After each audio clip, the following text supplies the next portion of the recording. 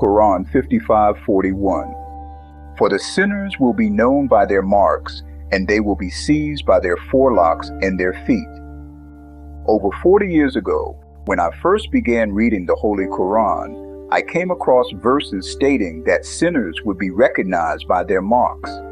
At the time, I did not understand how someone could be identified as a sinner or a righteous person by anything visible on their body. But today, the world looks very different. Tattoos, once rare, once associated with rebellion, have become the new uniform of a culture drifting further away from God. Everywhere we look, people proudly cover their bodies with permanent marks.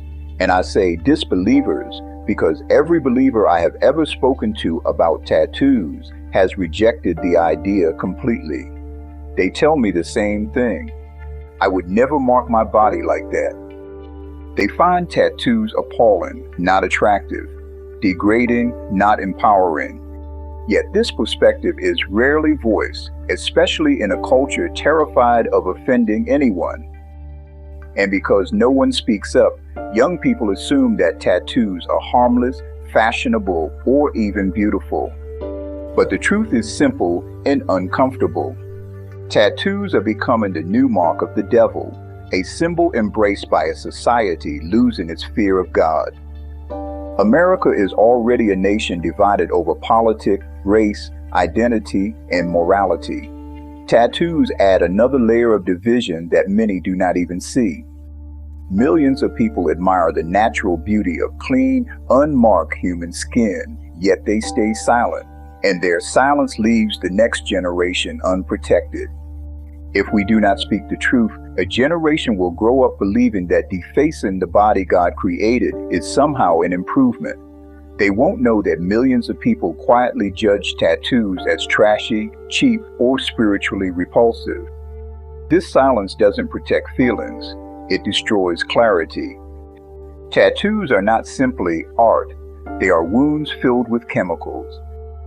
In 2020, the FDA required people to wait at least 3 months before donating blood after getting a tattoo.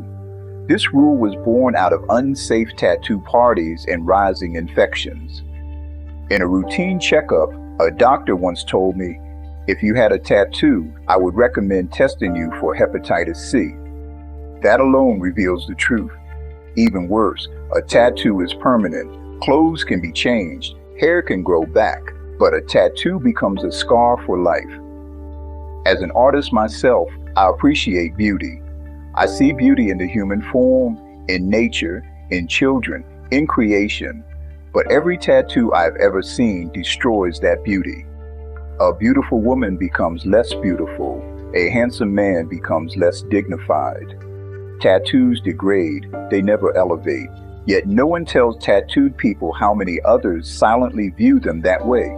So they continue marking their bodies, believing they are becoming more attractive when the truth is the opposite. Tarzan, tribalism, in the return of the primitive. When I was a child, Tarzan movies were a cultural phenomenon. We would run home when someone shouted, "Tarzan is on." But even back then, something disturbed us. Africans were portrayed as primitive savages, half naked, painted, scarred, and marked. And although those depictions were exaggerated and false, the message sunk deep into the American mind. Today, in the United States, millions voluntarily adopt the same primitive markings once used to misrepresent African tribes. Ironically, after traveling through Africa myself, I realized how deeply Hollywood lied. Most Africans I met were modern, industrious, educated, and dignified. But America has embraced the very imagery Hollywood once used to shame Africa. We are not becoming enlightened. We are returning to the darkness. Just 40 years ago, tattoos were rare. Now children count the days until they turn 18 so they can run out and get one. Why?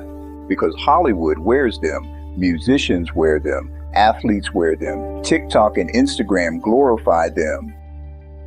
Parents try to shield their children at home, but the world outside is more powerful than anything inside the home.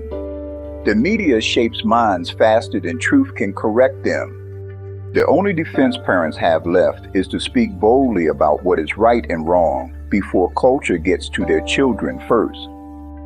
In a righteous society, anything that becomes popular must be something safe for children to imitate. Tattoos do the opposite. They normalize rebellion, indecency, and spiritual blindness. They are a mark of the culture war itself. A society that has lost its fear of God begins marking its own body without shame. A society drifting into darkness begins celebrating the defacement of the human form. Tattoos are not simply ink. They are a symbol of cultural rebellion, a pagan mark disguised as self-expression. Believers must resist this darkness by refusing to conform, by teaching the next generation the truth, and by refusing to fund industries or entertainment that glorify immorality. The rise of tattoos is more than a trend. It is a sign of a world abandoning righteousness, a world drifting away from God. Quran 55:41 says that sinners will be known by their marks. Today that prophecy is unfolding in plain sight. We must speak the truth openly. We must defend the natural beauty God gave us, and we must protect the next generation from the cultural traps designed to corrupt them. The culture war is not just political, it is spiritual, and tattoos are one of the clearest signs of the darkness spreading through society. Believers must hold the line, speak the truth, protect the innocent, and remain unmarked by the pagan symbols of a dying culture.